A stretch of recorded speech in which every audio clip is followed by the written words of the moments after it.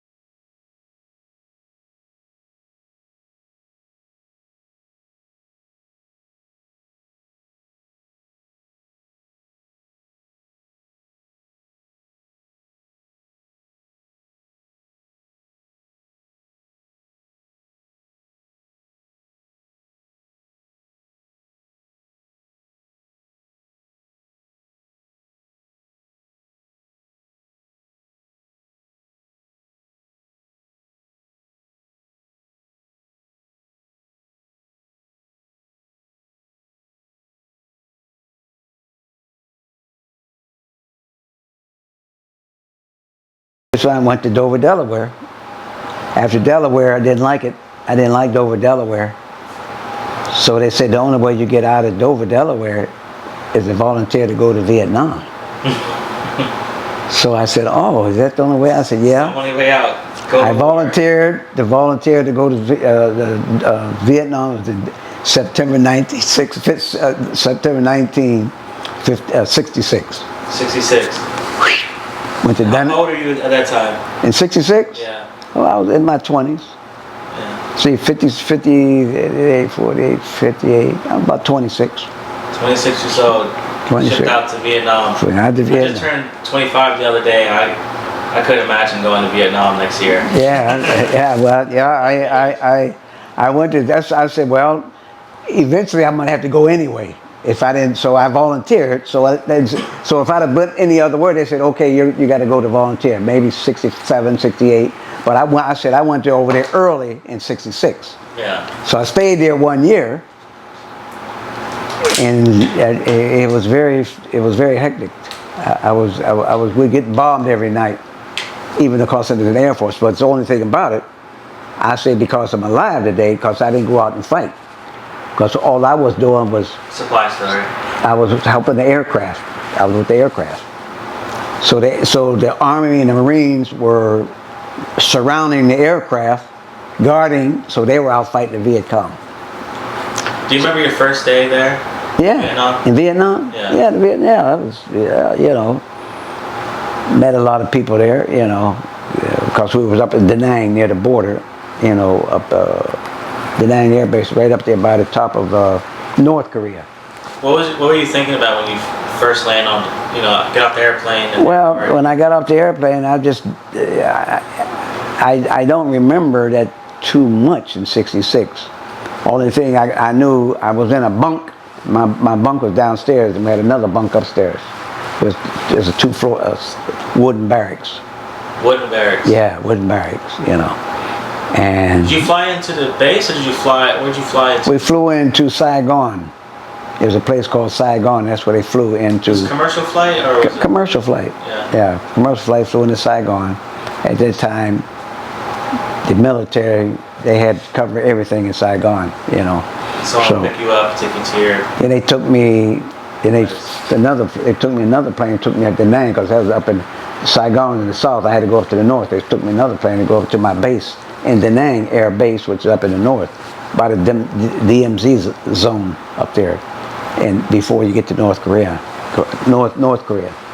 So like I said, I survived it because I was in the Air Force. I think if I had to go out and fight, I don't think I'd have, what I mean.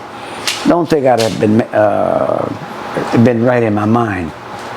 So a lot of guys, all we do is pick the bags up. People are dead, put them on a plane, ship them back to the States. So at that time, I was working in the office. At that time, I didn't get the extra duty of going to the airport, take the black bags to the dead soldiers back to the United States. So alhamdulillah,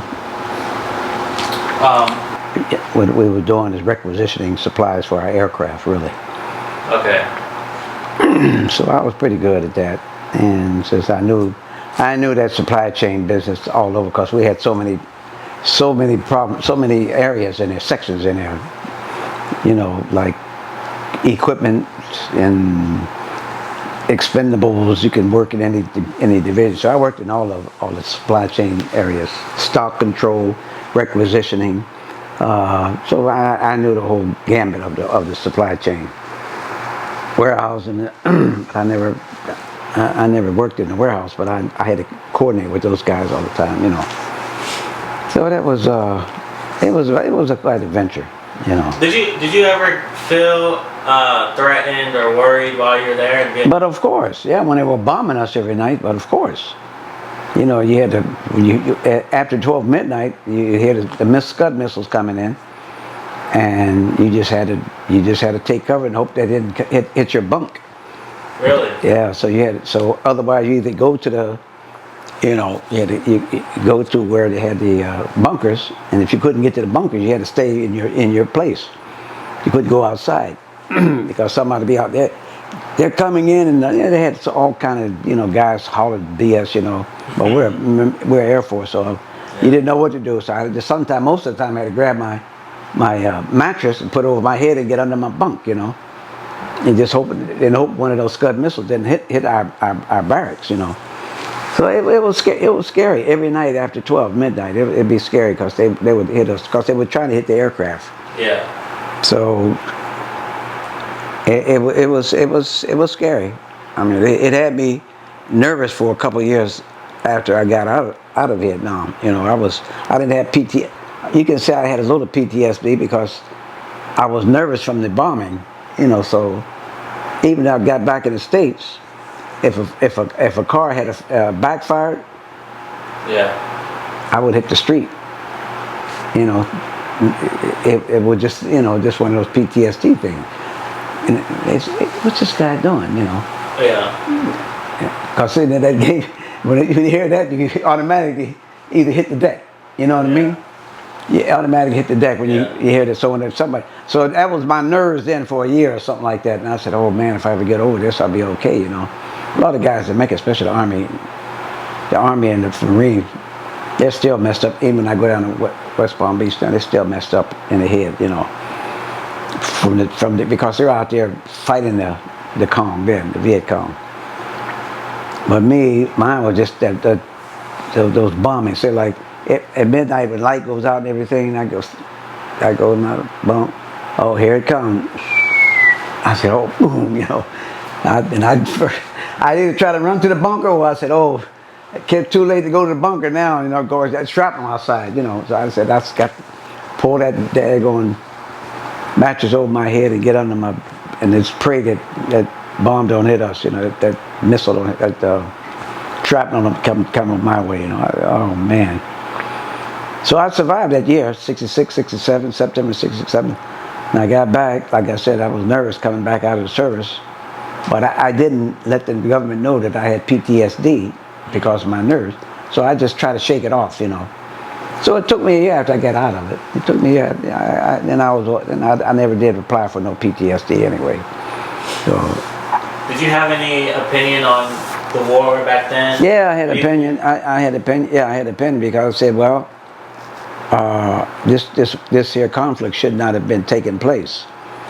But the United States were helping the South Vietnamese to combat the communism. That's the only reason why they entered that war or that conflict, because South Korea wanted to be a democratic nation there, and North Korea said no, we're taking over, and that's why the United States intervened, because they were communists up in the north.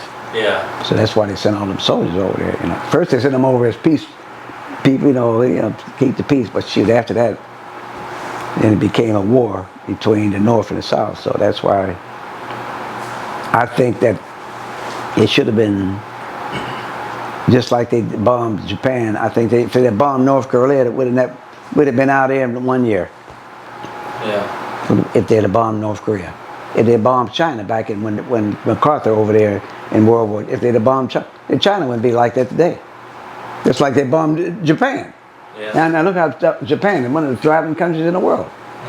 See? But it wouldn't be no communists over in China, over in North Korea, over North Vietnam. There wouldn't be no communism. Had the United States bombed the North Korea, North Vietnam, China North, if they had bombed all of those places, hey, the people, hey, just like they did in Japan. Caught them by surprise, like they caught us by surprise in 1941, when they bombed Pearl Harbor. Yeah. See? So if we'd have did the same to them, there wouldn't be no communism in that area. This communism would only be over in Europe, Russia. And it wouldn't be over in Russia if Truman would have let Patton go over and get Russia when after World War II. And Truman told him, do not mess with Russia. Don't even go over with them, because they helped defeat Germany. So don't mess with them. And you know what Patton told him? He told Truman. He said, you know what? Your enemy after World War II is going to be Russia. And sure enough, here comes the communists in Russia. Yeah. And it's still today. Communists still today. Didn't listen to the military might. Patton and over there, pipe smoking over there, MacArthur. So that's, I like Patton because he had foresight. He could tell what's going. Because he liked the Roman army. He liked the concept of old warfare and the generals there, and he applied it to his daily over there when he defeated, Germany in the wars over there with Germany. All of German forces. Patton was something, man. Yeah. So, but that's beauty. So 66, you go to Vietnam, and then you leave. What year do you leave? September 66, September 67, 1 year. 1 year. Where do you go next? Came back next, went to Bolin Air Force Base in Washington, D.C. Washington, D.C. Mm-hmm. Did a lot of people welcome you as a veteran, or did people they didn't. At that time, when the Vietnam veterans came back to the United States, they said nothing to them. They were saying, "Oh, you guys killing the babies over there in Vietnam." That's how they looked at the Army, Navy, all the services. Yeah, because there was a lot of protests. A lot of protests. Yeah, a lot of protests. How did you feel about that? Did that make you feel like? Well, I think it was detriment for the military because they sacrificed their lives over there, helping that country, and then come back, maimed, hurt, legs shot off, everything blown up, and mind messed up, and they just treated like they were dirt, and that bothered me, Yeah, that bothered me a lot. So today you hear a different thing when I wear my caps.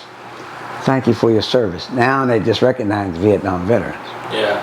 Now after, what do you call it, 67, 7, 87, 9, 207, after 50 something years, they just say, thank you for your service over in Vietnam. Yeah. So that was mind-boggling. So you go back to Washington, D.C. Yeah, I went back to Washington. And you're stationed there? Yeah, I was stationed there. I was stationed at Andrews Air Force Base in Washington, D.C., Andrews. And I stayed there since 67. I stayed there for 5 years. Okay. 5 years, I stayed there. You had a 5-year billet? I stayed there on... No, I stayed I had a room, but then I stayed with my family. My brothers had a house in D.C., I stayed with them.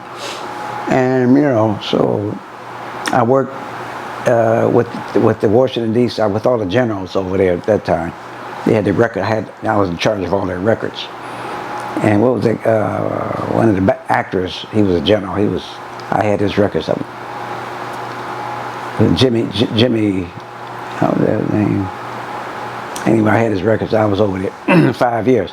So in their 5 years over there,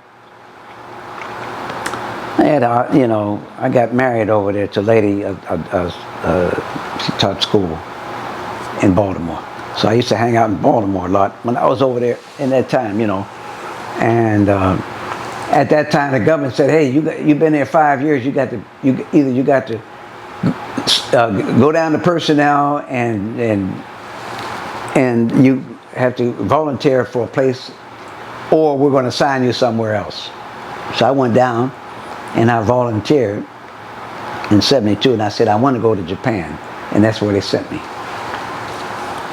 In 72. Went over to Japan in 1972. Like Japan, I stayed there 1 year because my AFSC was expendable, so there was too many people, so they sent me to Hawaii, Hickam Air Force Base in Hawaii. So I stayed in Hawaii 3 years. Had a good time there, loved Hickam. And that's where my family tree is, in Hawaii. My grandfather was from Honolulu, my mother's father. And I couldn't find his family tree when I was there. but the 3 years. But I love Hawaii. So after Hawaii, okay, then I volunteered to go to Korea. And they sent me to Korea. So South Korea? Huh? To South Korea? South Korea. So I stayed there 1 year. And after Korea, they said, now, where do you want to go now? And I said, I want to go back to Germany. So they sent me back to Germany. So after Germany, that's when I retired. 1978, October 31st. 1978. So then, okay, so you retired from the Air Force. Yep. And then what? How old are you at this point? When I came back, Yeah. I was 40-something years old. Your 40s? 30. Man, I was 40 years old. Okay. And So when I was 40 years old, then I came back, applied for a job in the government again, in the post office. I went back, tried to go back to the post. When I took the test for the post office, I passed it. They hired me straight out the same. So my background and everything, military, retiree, they hired me. So I stayed with the post office for well, I stayed for 8, 9, 10 years, something like over there.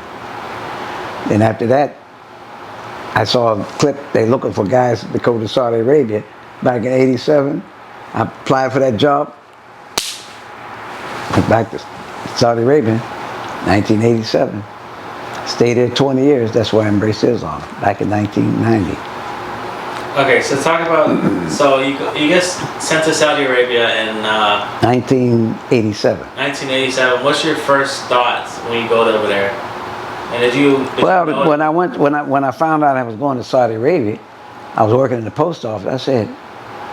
I told my comrades, I said, where is Saudi Arabia? Because I didn't know where Saudi Arabia. I had to get a globe to find out where Saudi Arabia was. Yeah. And I found out where it was in the Middle East, because I never knew anything about that. So when I found out, I said, wow, okay. All that time I knew that the United States had ties with Saudi Arabia at that time for the oil. So they say you go over there, you get a big buck working over there as a contractor. So that's what I said, I'm leaving the post office, I'm going, after a while I went to 87, I went to Saudi Arabia. I got hired. They said, oh, you're retiring? And we need you right away. Oh, you do? Yeah. How soon can you leave? I said, that was in October. I said, oh, they said, we need you by December the 1st. That's when I left. 1987. I flew in the Jeddah in 1987, December the 1st. And there for 20 years. Did you know anything about Islam at this point? Did you start hearing about Muslims, or when you? For what? When you so like prior to flying, right before you flew over there, did anyone tell you like this Muslim country custom? No, they didn't tell me that. They didn't tell me. Yeah, they didn't know. Before I went over there, I went to use my GI Bill. I went to a computer school. Oh, okay. So I went to a computer school in Pittsburgh, a school of computer science. So I went there as a programmer, right? So when I graduated in October, before I went to Saudi Arabia and applied for the job, they hired me as a supply technician. Okay. Because of my background in the Air Force. Yeah. So, but I had this degree as a computer analyst. So when I went over there was a guy. He was going back to the United States. He quit his job in the supply field. I mean, in the computer operations to operate. So they were looking for somebody to replace him. And I said, hey, well, I got a certificate in computer science. Yeah. So they said, oh, what? Oh, what? We want you down to be. You're the next guy replacing this guy. I stayed there for 20 years in the computer field. 20 years, you know. And I was a top dog when I was over there for 20 years. In that when I got found out all the operations. Yeah. Top dog. I was only when the Saudis said, oh well, they said, oh, Mohammed, he knows all of that. They come to me, what can we do? Something, we got a computer glitch. So now I would send all this to the headquarters in Riyadh. This is what has to be done, blah, blah, blah. And they said, okay, we'll get our engineers to fix it. They said, dang, man, this guy know what he's talking about, you know. They said we don't want you going back to the States. I said, okay, no problem. I don't have nowhere to go. This is good. I had bucks in my pocket every month. I kept $300 in my pocket every day when I was there. Every day I had $300. After I got paid, sent the rest of the money back to the States. I had my retirement going back to the States, never touched it. So I said, alhamdulillah, you know. It's a blessing from above. All the disappointments I had in life, you know. So I finally coming to the, after I became a Muslim, I said, it's finally coming to all this has been blessing me all these years. So, okay, so you go there, you start working. Yep. And you don't know anything about Islam, you don't know anything about Arabic. When I went to work there, one of the Saudis asked me, you know anything about Islam? I said, I don't know nothing about Islam. I said, I'm a Christian, and you know, I don't know nothing about Islam. I said, I know about the Nation of Islam in the States. They said, oh, that's not the true Islam. This the one that's here is the true. Oh yeah, and that's when I came affiliated with them. You know, going to their houses, eating. What did the you know, they were indoctrinating me just about every time I was there working. You know, all the Saudis. Oh man, you know. So. What was your thoughts on the Nation of Islam? Oh, the Nation of Islam is only for African Americans only. You couldn't. I said, you mean to tell me no other race could come join the Nation of Islam? Nope. I said, well, I don't believe in you. I said, I don't believe no God can put a mankind on this earth, and just you said only blacks can enter this religion of Islam. I don't believe it, and that's why I never did. So they tell you, so when you go to Saudi and they tell you, and it's this different. Is real Islam. That's the real law. I said, now let me read about it, and I'll let you know whether I want to become a Muslim. So 2 years, 88 to 2000. No, it's from 88 to 90, 1 year and a half, I became a Muslim. After I found out about it, you know, boom, Adhan, hey, why are they closing all the shops? Oh, they're going to pray in the mosque. Oh, yeah. So you heard the Adhan in the streets? Yeah, it's in the streets. You hear it. Everywhere you go you're in the street, you hear it. And that's what intrigued you? And, yeah, first I'll say, well, where's everybody going? I said, they're going to pray in the mosque. Well, what? Oh, yeah? Oh, they do this fight. Wow, that's and you know, then you get it adapted knowing about Islam, and Saudis will come to your place and say, come to my house, have dinner. We'll explain to you, come to the meetings, listen. We got some Saudis speak perfect English. Come on in, drink tea, have a dinner. And so, you know, that. You didn't think it was weird seeing all these people with long robes coming? No, I didn't think nothing weird about it. I said, as a matter of fact, I like that, you know. Yeah. I did like it, you know. Was that the first time you see someone wearing a long? Yeah, that's the first time. First time. And they're like. First time with the stove, a gall, and everything. And, yeah. Uncovering hair. Yeah, it's the first time, you know, the shawl and everything. The gold and all that. You see all that there. You see their boot, your hat, you know, stove, all of that. Nice. I said, oh, that's nice, you know. And it would take me down. And then when I became a Muslim,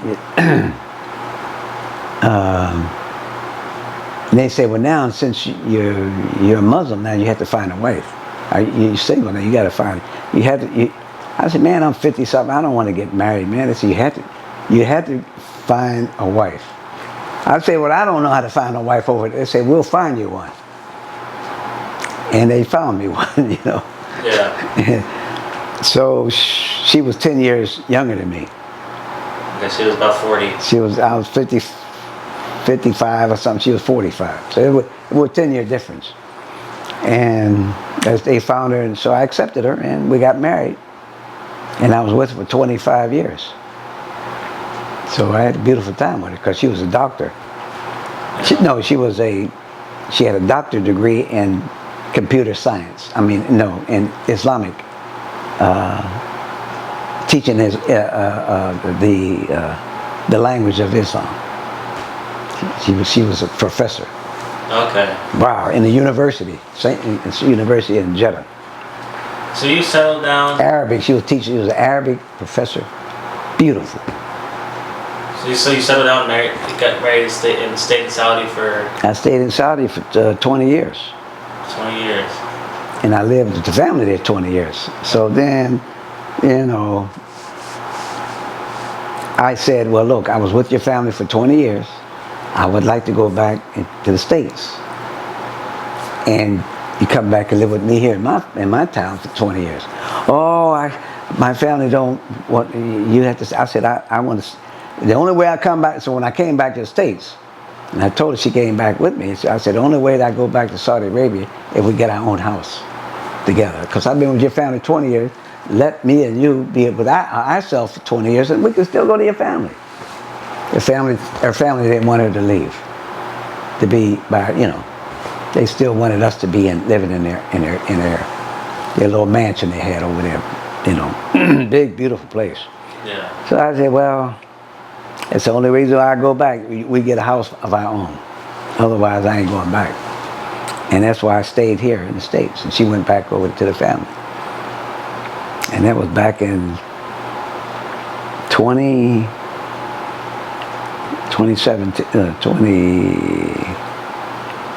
2009, 2009.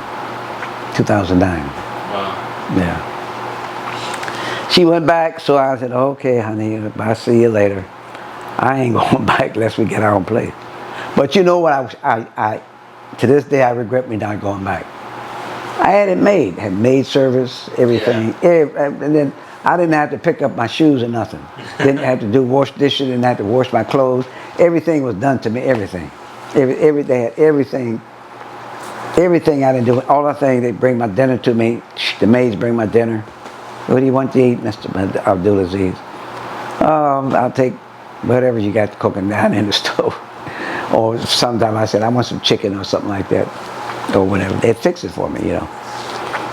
So, I mean, I know I had it made, but, you know, it just wasn't my cup of tea, really, you know. I wanted to do, I said, let me go wash my own clothes. Oh, you can't do that. The maid has to do that. I was restricted from doing anything, really. I couldn't do anything. All I had to do was stay stay up there. I hear the adhan outside. I go down to mosque, and I'd be outside playing tennis or something. I hear the adhan. I go outside. There's a mosque. There's a mosque. I'll say there's about 100 mosques around in Jeddah. Everywhere you go, there's a mosque. Yeah. You didn't even have. I never prayed in my house in 20 years. I always, because the mosque is right there. You hear the mosque. You go outside, there's a mosque. You go down to the shopping mall, mosque. You go anywhere, you're moving it, it's a mosque. So you didn't have no reason by going praying in your house when it came to the prayer, 5 prayers. And that's the funny thing. If I can remember, I never prayed in my house when it came time to 5 prayers. I'd either run downstairs, we had an elevator now. Come down the elevator, I'm outside, mosque right there. Anywhere I went. They really had it made there. Oh yeah, oh man. I look back now, yeah. But her family was mad because she didn't have a baby by me. Her family. It's another strike against me. Because she never had a child by me. And I said, well, you're 40. Maybe you can't have no babies, you know. And he said, well, maybe you. I said, I got 3 kids already. What are you talking about? Ain't nothing wrong with me. So, you know, the family got, well, there's a lot of things they got mad at me about, you know. Yeah. And I would try to, you know, pitch in money. She said, oh, we don't need your money. But in the meanwhile, oh, he didn't help out in building your place upstairs. And we had our own apartment upstairs, 3rd floor, elevator they put in. So I think they were a little annoyed because all of my salary never went with her or something like this, part of it. But she didn't need my salary. See what I mean? She said, oh, I said, well, what do you want me to? She said, oh, that's all right. You know, I'm making 3 times what you are making. So, a little bit, I don't need your little money, what you got. But I was making big money then, you know. Yeah, but she had that oil money. Yeah, she had that oil money. And the whole family was rich. Her father, her father's brother rode with the first king of Saudi Arabia. Oh, really? Her uncle. He was the first minister of Saudi Arabia. The name was Saban, Al Saban family. They're from Mecca. Very powerful, very, very rich people. And the first king, his name was Mohammed Abdul Aziz. You know, and he gave the family a lot of property over there when they were in Mecca, because he was the minister. He was the Islamic man at that time. Yeah. First minister in Islam. So the king gave him, so his family, you know, and they were all, you know, royal. Every time the prince would know about Arabic, they would send a limousine over to my house to get my wife to take her to the palace. You know, I never did go. You know, Nice. I never did go. But she was my wife. She spoke very good English, but she couldn't read. Oh. She could speak English like I'm speaking to you now, but she couldn't read. She couldn't read the English. But she was sharp. She was a sharp Arabic teacher. She knew more than the professors knew. That's how smart she was, you know. And she's a beautiful lady. I had nothing wrong about my wife. I had nothing. I was married at 25 years. We never had no disputes about anything, you know, between us and all like that. Oh, why are you going? You know, we never had no that. But everything was nice. And I would bring her to, every time I come to the States, I bring her there. She would go shopping. We'd have fun with it. She liked the States. She liked the clothes in the States. She loved, because she sent about $10,000-$20,000 worth of clothes. We go back every time I come to the States to go shopping. She goes shopping. What year did you retire from that job there? Where? In the 2007. And then you stayed in Saudi for About a year. I came back in 2008. 2008. And she came with you for a little bit. Yeah, she came with me. Yeah. And then she wanted to go back. Yeah, and she went back. What year did she go back? 2009. She came back in 2000. She came back in 2009. Yeah. And then No, she came with Obama when he was getting inaugurated. That's when she came. So, okay. But anyway, I went to the States. When she was in the States, I came there. But then when I came to the States, she was going back to Saudi Arabia. When she went back to Saudi Arabia, she found out I was gone. I was back in the States, and that made her mad. But she came back with me. She was here. She used to come here and walk around. When did you get this place? In 2011. Then you've been here since then? Yep. Oh, wow. I've been here since then. And then you became a part of this community here, Fort Pierce? 2011. It's my 13th year here. Yeah, I've been here 13, going on 14 years now. And she used to walk over to everybody. She used to see her walk because she had her job on, you know, learn her abaya on. And he said, "Who's that lady? I said, that's my wife." Oh.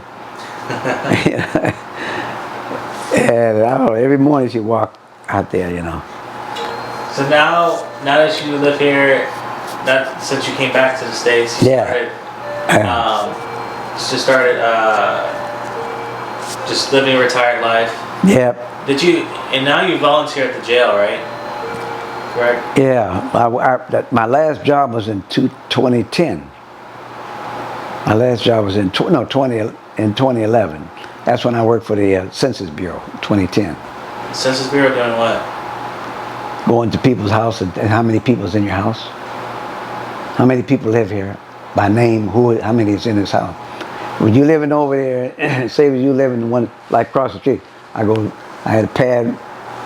How many people live in here? This is the census. United States Census every 10 years. So every 10 years, the people come and knock on your door. We're from the Census Bureau. How many people live here? What is your name? And you write out it. And all of this here is all during 2010. This is for the population of the United States.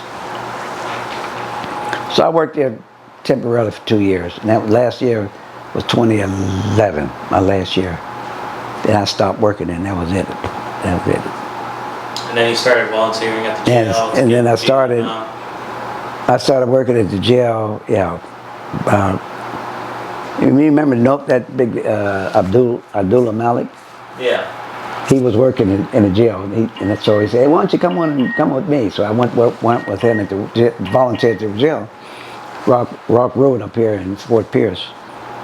So I was there, and when he quit, he said, you take over. I took over for 5 years until the COVID-19. They shut it down. All the jail, everybody shut down with COVID-19. Everything shut down. Just about, so many people dying. So I was there 5 years. After that, when it opened back up, then they didn't call me back. So I got the job over here in Martin County Correctional Facility at the prison. So I've been there 2 years. 5 years there, 2 years there. So, I've been having a good rapport with the prisoners, Islamic prisoners, teaching them, giving them what I know, what I learned, what I know about Islam. I pass on the message to them, So it keeps me abreast of my Islam, and it keeps me on the ball. Say, oh yeah, that's it. Go to 5.3, go to 385. Go to 51-56. See, I can tell what part, all these in the Quran. You go to that, you'll see what I'm talking about. Yeah. And, so once you don't keep abreast, you say, oh, I can't remember. I know it's there somewhere, But I want to know everything in the Quran where somebody said, well, where did you get that at? Go to Surah 21, 2014, you'll find where they named Jesus, Allah name is, when Allah said his name was Allah in the Quran. 2014, is that it? Oh yes. Told Moses, take off your shoes, you're in the sacred land. He said, I am your Lord, my name is Allah. Because people say, where did the Muslims get the call God Allah? I said, if you look at our Quran in 2014, you'll see where he said his name is. Told Moses that's what his name was when he called him to the Mount Torah. He's looking at it. Yeah, he's right. It's right there. 2014.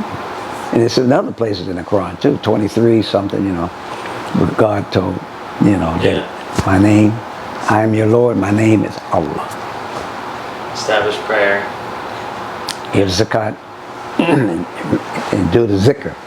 Remember to me always, and you will be safe. So I said, alhamdulillah, So I got all that, all the stuff I brought from there. I got a lot of stuff in the back that I brought from Saudi Arabia for my classes and everything. The books that I got. And that's where I get, when they ask me to give a talk, sermon or something like that on Friday, then I just go get all my information out of my folders. I say today, brothers, this is what I'm going to tell you about today. This is about Islam. But so to me, it keeps me on top, of the deen. You know what I mean? And it helps me out so much. So I that's why I enjoy it. So even though it's a lot, everything is volunteer, and I'm able to go to the prison now. Everybody know me there now. Yeah. And the prison, they say, oh man, you're the first person who ever come to that jail that we can rely on now, and we have somebody to like not a family member, but a member that's coming in to visit us, and that makes them happy when they see somebody coming from out of the street, coming with them, the Muslims there. So I counted them last Friday, so 55 Muslims. Oh wow. Yeah. Wow. But They're orderly, they're nice, they're cool. I give them kufis. I give them those rugs. And I ask the Islamic centers, I need this for my prisoners to send to me. And I give them books and then send them to me. Then I take them in and give it to them, Hey, I need a new Quran. Okay. I need a new kufi. Okay, I'll get one for you. Something like that, So that makes them, put a smile on their face, I don't man, I got this old sheet here. I don't know, how can I start? What do you need? Oh, I'll give it to you next week. See, I got it. From the sad guy to the happy guy, So they feel good when they see that. And I tell them what I know in my 34 years in Islam, They can relate, because I tell them, I said, I'm not going to tell you nothing from myself, from me. I'm telling you from what the book said in Islam, what it says. Well, you can go reach it where I'm telling you. You can go, I'm going to tell you the reference where you go look for it, and you'll see that what I'm telling you is the same as what you read in the book. So it's not a challenge, but they look forward for me to talk to them. They don't like the guy in there talking because he's giving them a harsh, oh, don't get the gangs, don't do this, stop smoking or do all, he's like, he's just warning them all the time. He said, I come there and I just give them the message. Yeah. So every time I go, are you going to give the khutbah? Yeah. Or maybe next week or, something like that, So I go there, listen to what they're doing, and I go, see what's going on. Always somebody comes, oh, could you, help me to do this? Could you get me a lawyer? I got to get out of here. Yeah. And all that stuff, What advice would you give people who are looking for the truth in their life, looking for faith, looking for religion? Yeah. Well, I tell them that Islam is the final message for all of mankind, not the Muslim, not the Arabs, but for every individual who is alive. First thing, and I tell them Jesus says that he is not God or worship him. Nowhere you can find that in the Bible. Nowhere. So therefore that stops that false statement that Jesus is God.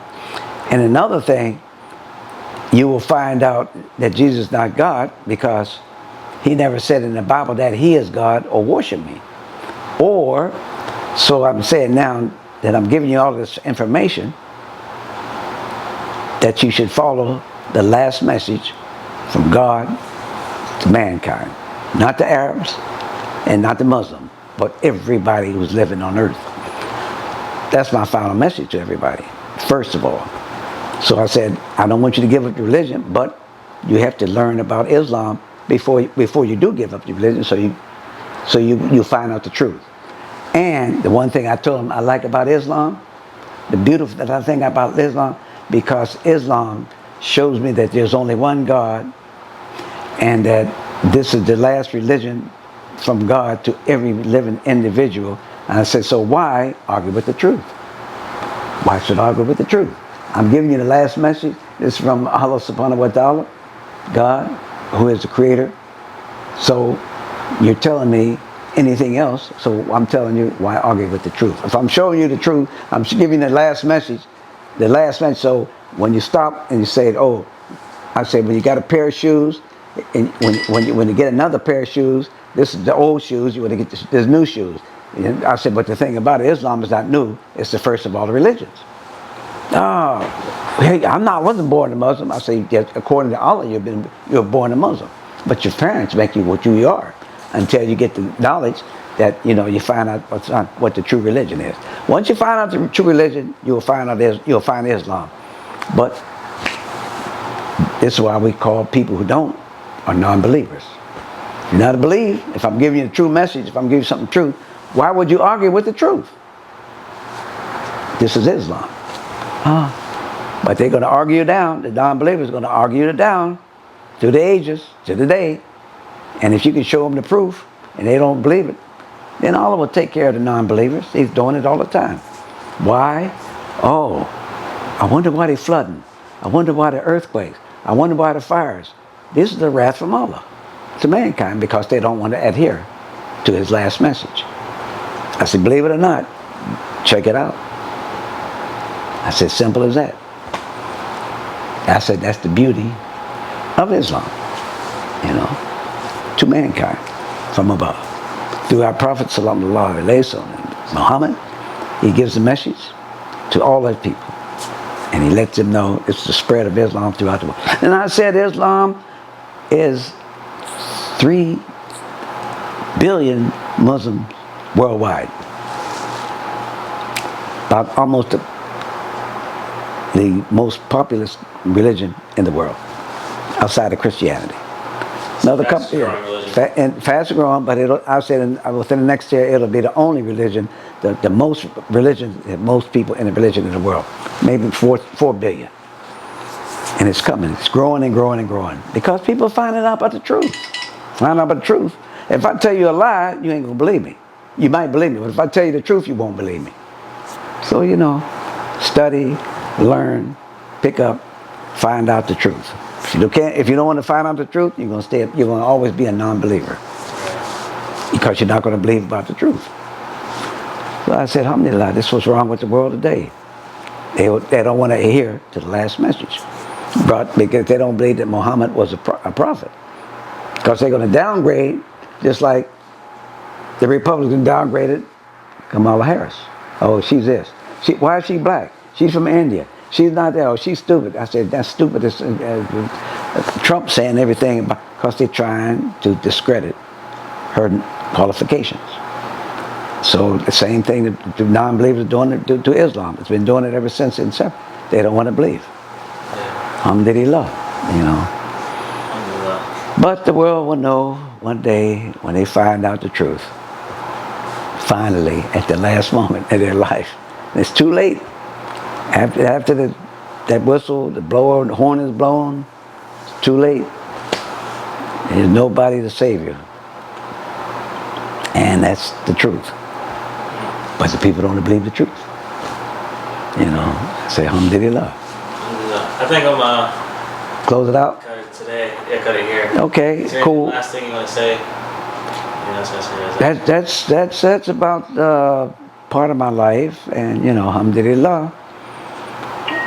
I'm just telling the world, if you don't adhere to the religion of Islam, which is the first religion and the only religion, and if you look at the results, and you look at the Quran, you'll find out this is the first and the last religion for all mankind to adhere to. My message to the world: adopt Islam as your only religion that you must follow, and we follow the sunnah of Prophet Muhammad sallallahu alaihi wasallam. Allah subhanahu wa ta'ala is giving everybody a chance. Merciful, and He is kind.